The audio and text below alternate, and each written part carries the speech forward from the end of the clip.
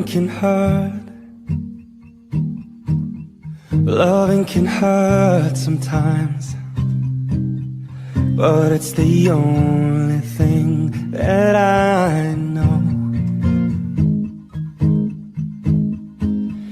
When it gets hard, you know it can get hard sometimes. It is the only thing that makes us feel alive.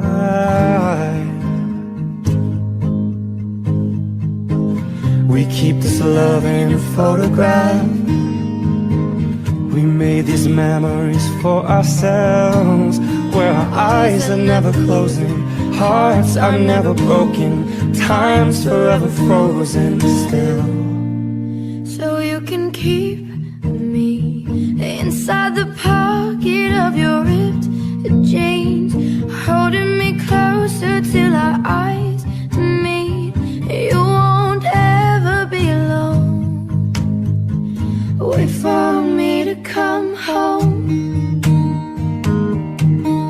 Loving can heal. Your loving can mend your soul, and it's the only thing that I know. I swear it will get easier. Remember that with every piece of you. And it's the only thing we take with us when we die.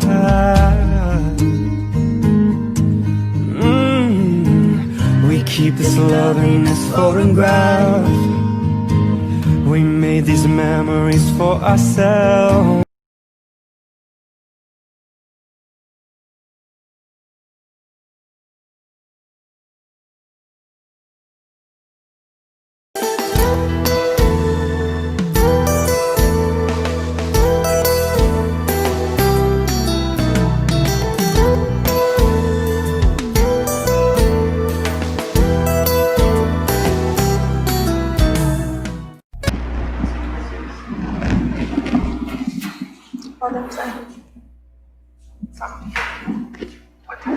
Olá, sejam bem-vindos a mais um estudo do Livro dos Espíritos.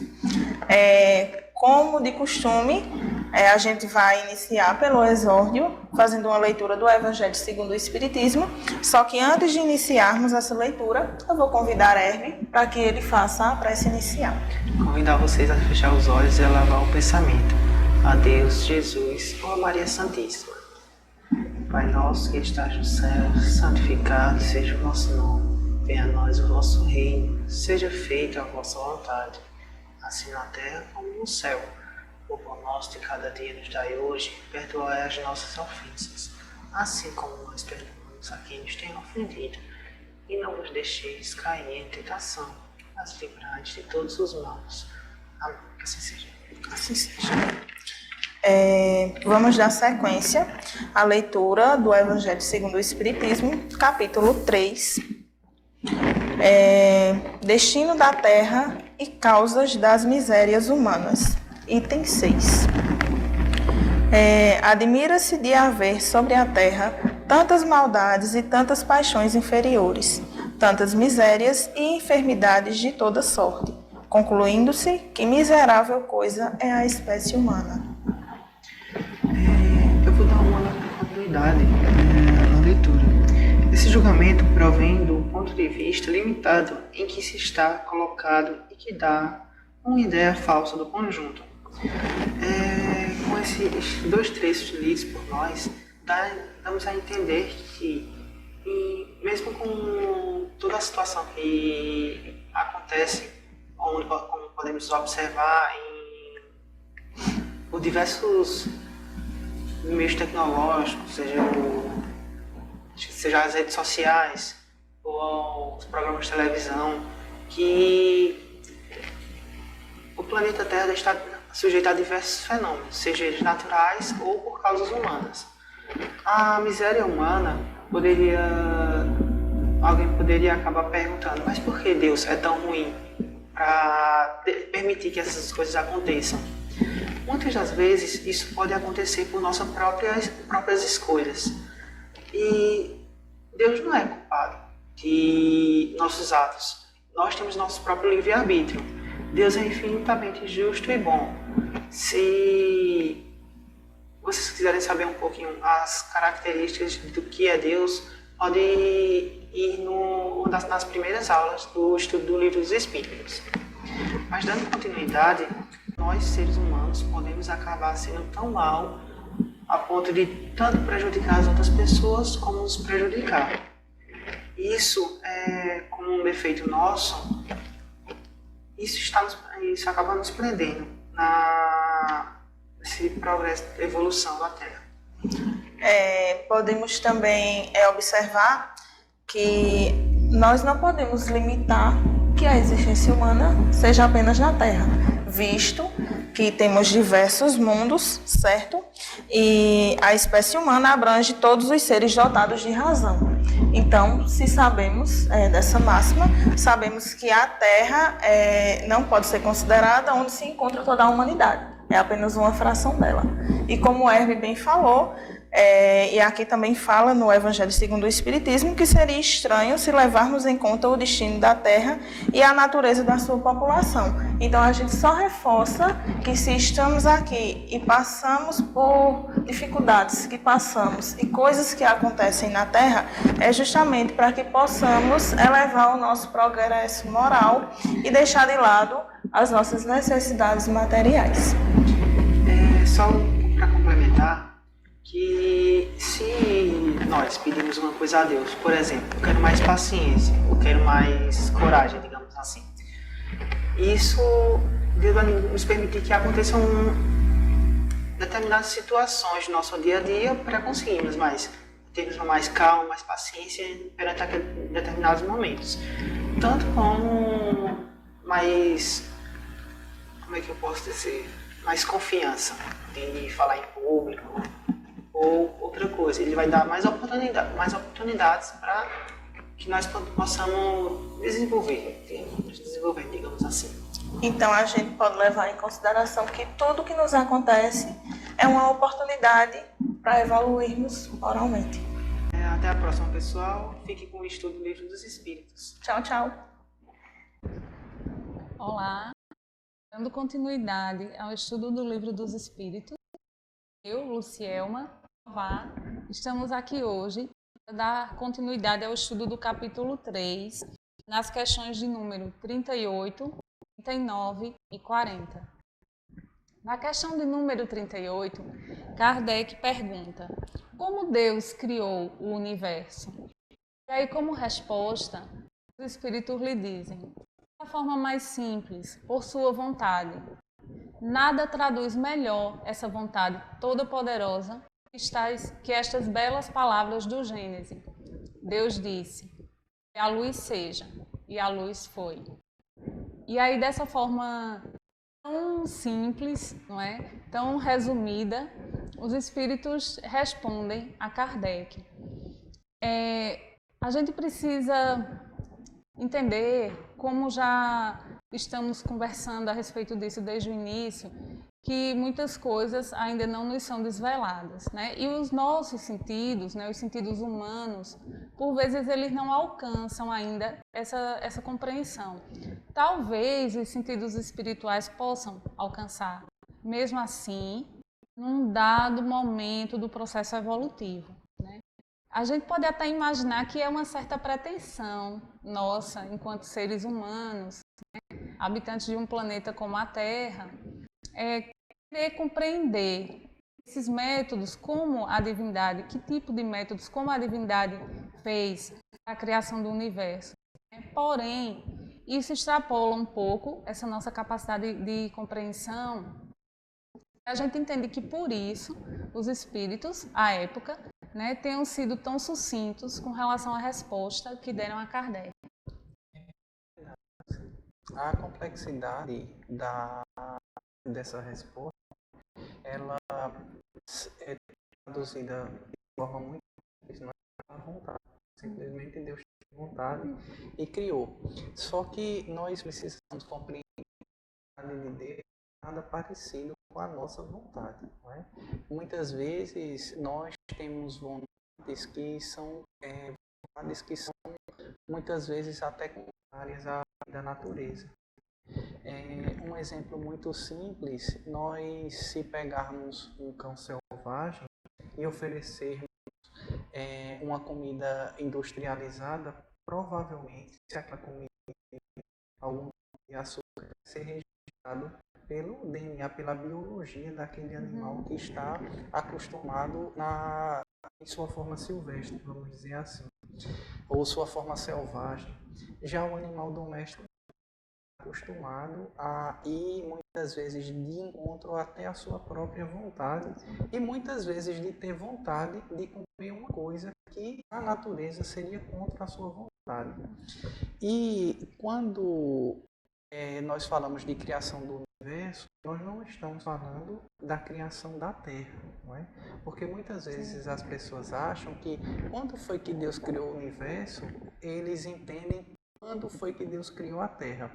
E aí nós precisamos fazer um parêntese mais uma vez e pedir aos nossos irmãos que possam ampliar esse olhar, essa visão de Deus, tirar esse Deus que é Deus só da Terra e elevar o patamar dele a Deus do universo e entender que quando a Terra foi criada, já existiam inúmeros outros corpos celestes criados. Então, quando Deus criou a Terra, para aqueles que vieram habitar a Terra, talvez a criação da Terra tenha sido como está lá na Gênese mosaica, não é? Mas nós estamos falando do universo e não da Terra. Então não há aqui nenhum choque com o livro sagrado dos católicos, não é? Nós estamos focando a criação do universo e não a criação da Terra. À medida que nós vamos ampliando os nossos horizontes, Galileu foi condenado à morte por dizer que era a Terra que girava em torno do Sol e não o Sol em torno da Terra. E isso hoje a gente sorri, né, dessa besteira, vamos dizer assim, que foi feita com ele. Mas naquela época imaginávamos que a chuva era provocada por uma abóbora que tinha em cima de nós e a água escorria por aquelas fendas. Se as fendas fossem grandes, a chuva era torrencial, se a fenda fosse menor, era uma chuva pequena. E nós, naquela época, imaginávamos que tinha a água terrestre e a água celeste. Não é? Se não se via a água evaporar, como é que se podia imaginar que era a água da terra que retornava? Então, hoje nós rimos dessa situação, mas foi verdade durante muito tempo. E nós estamos inseridos dentro de uma verdade agora, que quando trazemos ou tentamos traduzir a grandeza de Deus, muitas vezes somos ridicularizados pelas pessoas que não compreendem que Deus não é o Deus da Terra, Ele é o Deus do universo. E é importante isso para a gente lembrar dessa questão muito egocêntrica, né, da gente querer sempre se colocar no centro, né, como principal. Isso quando você se refere, por exemplo, à relação Terra e Universo, e aí a gente pode trazer isso até para o nosso cotidiano, né? Quando a gente sempre pensa e dá muita intensidade, por exemplo, aos nossos problemas e a gente esquece de olhar quem está do nosso lado e os sofrimentos que os outros estão passando justamente por isso. Talvez seja um hábito, eu não sei. A gente tende sempre se achar o centro, né? E o olhar ele está muito voltado para nós, como centralidade. E aí a gente precisa descentrar esse olhar, né? Ampliá-lo para entender. A Terra, né, não é o mais importante, ela tem essa importância por ser onde nós estamos encarnados no momento, obviamente. Mas, assim, que existe toda uma vastidão no universo. E aí, isso eu acho que a gente pode aproveitar para fazer esse link e pensar nisso também. Essa questão que você colocou muito bem da egocentricidade, Dr. Ricardo lembra que nós podemos colocar as relações paternais e filiais que andam um pouco equivocadas nos dias de hoje e muitas vezes a criança chora por algo que aparentemente não é importante para o adulto, e o adulto diz que besteira, você está chorando por isso, não é? Mas a dor da criança é real. Não é?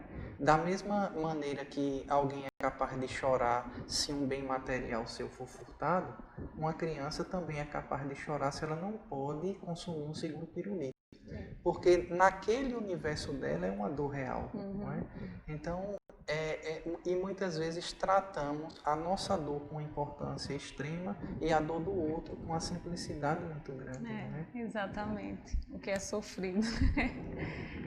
Então, e aí nós temos a pergunta de número 39, que é a seguinte: podemos conhecer o modo da formação dos mundos? Aí, como resposta, tudo o que se pode dizer, podeis compreender, que os mundos se formam pela condensação da matéria disseminada pelo espaço. Os mundos, eles se formam pela condensação de fluidos. Né? Esses fluidos são fluidos altamente sensíveis. Nós estamos distantes, né? Bem distantes de poder entender os detalhes dessa formação e esses pormenores da criação. Né? Porque a pergunta é que faz do seguinte modo: o modo de formação dos mundos. Então, mais uma vez, ele não está falando sobre a Terra ou só sobre a Terra. A Terra está aí inclusa nesses mundos. Mas ele pergunta de uma forma generalizada. E os espíritos, novamente, de forma muito sucinta, né, dizem que é pela matéria que está disseminada no espaço. Mas sem entrar em detalhes. E talvez nesse processo, né, de educação espiritual, do melhoramento moral, né, e eu, quando vos falo desse melhoramento moral, falo no olhar de uma pessoa que está em busca dele também, né? Não é em momento nenhum em forma de orientação, porque não tenho condições para isso ainda, porque se tivesse não estaria aqui nesse mundo, né, no mesmo barco que estamos. Mas para reforçar, né, o entendimento que eu compreendo que os senhores e as senhoras já tenham da necessidade da gente buscar esse melhoramento moral, para que, em virtude desse melhoramento, a gente possa ter um avanço, né? A gente possa ter uma elevação e, quem sabe, um dia sermos revelados esses detalhes que, à época, Kardec questionava. Né? Obviamente que o que se sabia, a própria ciência sabia, à época da redação, da escrita, não é, do Livro dos Espíritos, era muito pouco em relação ao que nós já sabemos hoje, as descobertas que foram feitas, né, ao que foi desvelado. Mas ainda há muito para a gente saber, né, Tovar? Ainda lembrando de Galileu, aquilo que hoje nós conhecemos como atração molecular, ele chamou de lei gravitacional, né, que é a atração dos objetos, dos corpos. E se não fosse a astrologia, hoje não teríamos a astronomia. Né? Observamos que nós não podemos desprezar nenhum tipo de conhecimento, tendo em vista que os conhecimentos de hoje eles são muitas vezes montados nos erros do passado. A questão os mundos são formados pela condensação da matéria. Não é? Antes de darmos uma explicação técnica que nós já temos hoje, antigamente nós conhecíamos 3 reinos: animal, vegetal e mineral. Hoje em dia temos uma classificação por 5, não é? Porque separamos as bactérias, os fungos e continuamos com os outros 3 reinos. Pergunto eu, as bactérias que estão em germe, que ainda não eclodiram como bactéria, que não podem ser identificadas pelos microscópios, que reino é esse? Que ainda não temos classificação.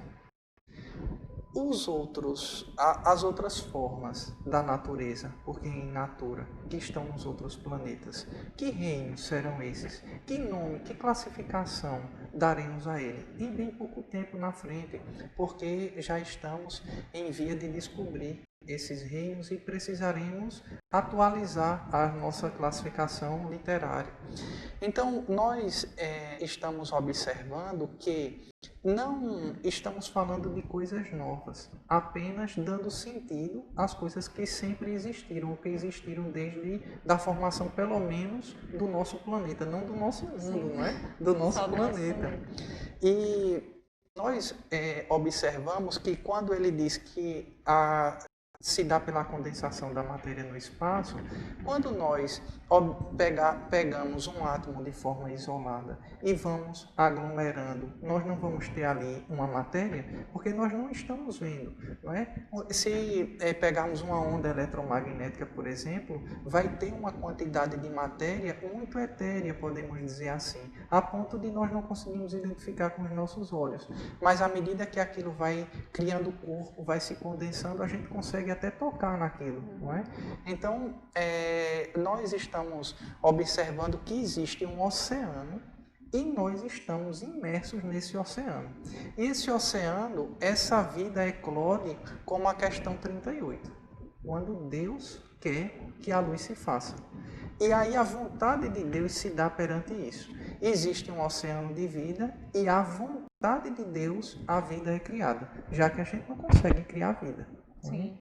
E ainda com relação ao que o Tová estava falando, né, do que a ciência, das descobertas que nós temos hoje, relacionada a descobertas passadas, né, daí a importância também da gente fazer o estudo, né, da história, da ciência, que é algo que é muito importante para que a gente compreenda que tudo que a gente sabe hoje, né, e que quando a gente fala de descobertas anteriores, né, a gente ri, como eu ri ainda agora quando eu estava lembrando, mas que cada passo que é dado, seja em que âmbito for, no campo dos estudos, da compreensão, ele é de fundamental importância para alicerçar os passos que virão adiante.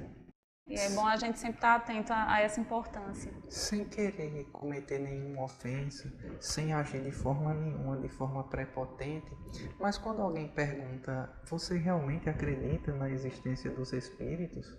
Você realmente acredita que é possível haver comunicação com os espíritos? Talvez a pergunta mais adequada para isso seria: onde você esteve nos últimos 200 anos? Porque hoje em dia, isso não é mais uma questão de crença, isso é uma questão de observação, não é? Não se trata de acreditar em algo, se trata de querer ver o que está e que hoje já pode ser visto com um olhar diferente.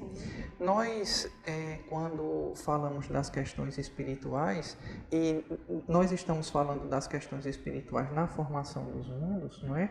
Se existe um oceano de energia com vida em germe, com vida latente, e essa vida ela é colocada de forma condensada como o nosso corpo físico, à medida da vontade do Criador, olha a inteligência dessa vontade, já que essas vidas elas não conflitam umas com as outras, não é? É maravilhoso. Dando continuidade, nós temos a questão de número 40, que diz o seguinte: os cometas seriam, como se pensa atualmente, começo de condensação da matéria dos mundos em via de formação? E aí a resposta: isso é exato, mas o que é absurdo é crer-se em sua influência. Quero dizer, a influência que vulgarmente se lhe atribui, porque todos os corpos celestes têm sua parte de influência em certos fenômenos físicos. E aí, como a gente vem conversando, e os próprios espíritos dizem, né, que os cometas, eles representam sim um começo de condensação, um princípio de condensação da matéria, mas aí, à época, os espíritos alertavam para a questão creio eu que das crendices, né, dos medos que se criavam e se propagavam, né, das possibilidades de influência desses corpos. Porém, é interessante que eles dizem que qualquer corpo celeste tem sim uma influência, né, com os fenômenos físicos.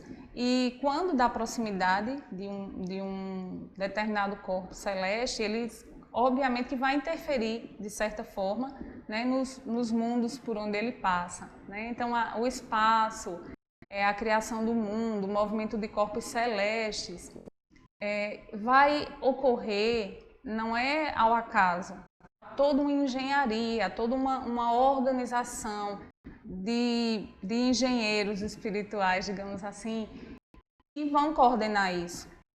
Como a gente viu, Deus, ele é o grande criador, com todo o amor e com toda a responsabilidade que ele tem para conosco, para com todos, não é? As coisas não estão assim soltas, não é? Há toda uma coordenação de tudo o que acontece. E aí cada corpo desse, ele possui sim a possibilidade de afetar, de acordo com a sua trajetória, os mundos, esses mundos habitados. Mas nem sempre a gente vai compreender muito bem como se dá essa influência, né? E à medida que nós avançamos, nós vamos tendo uma compreensão maior.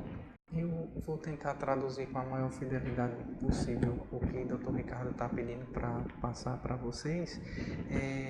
Eu acredito que a palavra-chave é organização, não é? Mas o que nós diríamos se alguém, ao descobrir uma bactéria e depois descobrir que nós temos aquela bactéria dentro do nosso organismo, dizermos, aí está um micro-ser humano, aí está um ser humano em formação? Não. Nós temos bactérias, nós temos vírus no nosso corpo, mas não são micro-seres humanos. Aquelas bactérias não se tornarão um ser humano. A influência, da mesma maneira que se Lucy se coloca a me atirar uma pedra e eu digo, eu vou entrar aqui em prece e Lucy vai me atirar a pedra, mas essa pedra não vai me atingir. Existe a lei, as leis que não podem ser derrogadas. E uma vez que aquele objeto for atirado, se nada estiver para causar atrito e fazer com que aquela pedra não chegue até mim, quando ela chegar, os átomos em se chocando com os outros irá causar um ferimento na minha pele. Não tem Como fugir, né? isso, não é? Quantas vezes fizermos esse teste, independente da fé que tivermos, vai acontecer, o resultado será o mesmo. Da mesma maneira, nós não podemos confundir que os cometas eles possam estar fazendo interferência no coletivo de forma ao acaso. Há uma organização para que isso aconteça. Essa interferência é uma interferência dentro das leis da natureza. Não está sendo feita uma interferência porque determinadas pessoas de tal signo estão pensando de tal maneira. Não é dessa maneira que acontece. Acontecem sim as interferências, mas existe uma organização por trás disso. Não é obra do acaso, vamos dizer assim. Mais uma vez, eu peço escusas se de alguma maneira ofendi os irmãos da astrologia. Não é esse o nosso intuito de tirar o crédito de qualquer ciência que seja. Mas nós também não podemos, por outro lado, levar tudo por um lado místico, não é? Nós precisamos compreender que existem leis e essas leis não são derrogadas, essas leis elas precisam ser respeitadas. Da mesma maneira que nós estamos observando a formação desses cometas de hoje, que mais tarde se transformarão em planetas e que mais tarde darão origem a outro tipo de matéria, dependendo da forma condensada que ele estiver, nós precisamos compreender que nós estamos agora passando ou participando, seria a palavra mais adequada, da formação de outros mundos, da formação de uma vida que nós nem compreendemos que vida é essa de agora. Por último, o último exemplo para que fique bastante claro para todos, há uns 8 anos atrás, mais ou menos, pediram para que 15 religiosos pudessem manter-se em prece em um determinado bairro, no Brooklyn, nos Estados Unidos. E aqueles evangélicos, católicos, espíritas, em prece, durante aqueles 15 dias, mediram a criminalidade durante o tempo que aquelas pessoas ficaram em prece. E houve uma diminuição na criminalidade, enquanto aqueles religiosos se mantiveram em prece com aquele propósito. Dentro dos laboratórios, nós temos a influência que o observador faz no experimento, nós temos a influência que o observador faz no sequenciamento que se faz na máquina, nós temos a influência que alguém pode fazer em um resultado que já foi obtido. Então, nós, a todo momento, temos a prova, e aí não se trata mais de acreditar em espíritos e apenas em observar, que existe sim um oceano e nós estamos mergulhados nesse oceano de energia. E que a coletividade vai influenciar no todo. Então, será que daí não temos uma pista o porquê precisamos fazer ao outro aquilo que nós gostaríamos que nos fosse feito? Não é? Será que aquele axioma que sou eu sozinho para prejudicar o mundo e o mundo todinho para me prejudicar não é um axioma verdadeiro? Sou eu sozinho para ajudar o mundo e o mundo todinho para me ajudar. Que vantagem eu não tenho quando eu faço o bem? Porque eu tenho todo o universo. A gente está falando não só do nosso planeta, porque se estamos mergulhados nesse oceano universal, não é? A gente não está falando da Terra. Nós iremos ver no Livro dos Espíritos que o nosso anjo de guarda muitas vezes nunca veio nem à Terra. Ele está a milhares de quilômetros de nós, como diz Santo Agostinho. Então, nós somos auxiliados por espíritos de alta hierarquia espiritual que nem desconfiamos que assim acontece, não é? Só que nós precisamos dar uma contrapartida para que isso aconteça. É aquela história, só ganha na Mega Sena quem joga, não é? Então vamos nos permitir esse acompanhamento e essa orientação, sim, né, Tovar? A gente agradece, eu vou pedir a Tovar e lembre, né, as nossas redes sociais, que vocês possam nos seguir e acompanhar os trabalhos aqui do Herme. Sim, no Instagram, @hermeoficial, temos o canal no YouTube, temos também a página no Face, Herme Oficial também, que vocês podem nos enviar perguntas a respeito do Livro dos Espíritos e nós colocaremos à disposição para tentar responder naquilo que tiver ao nosso alcance. Ao nível de nossa compreensão, sim, né, Tovar, que a gente tanto fala aqui. Então, vamos finalizar com uma prece.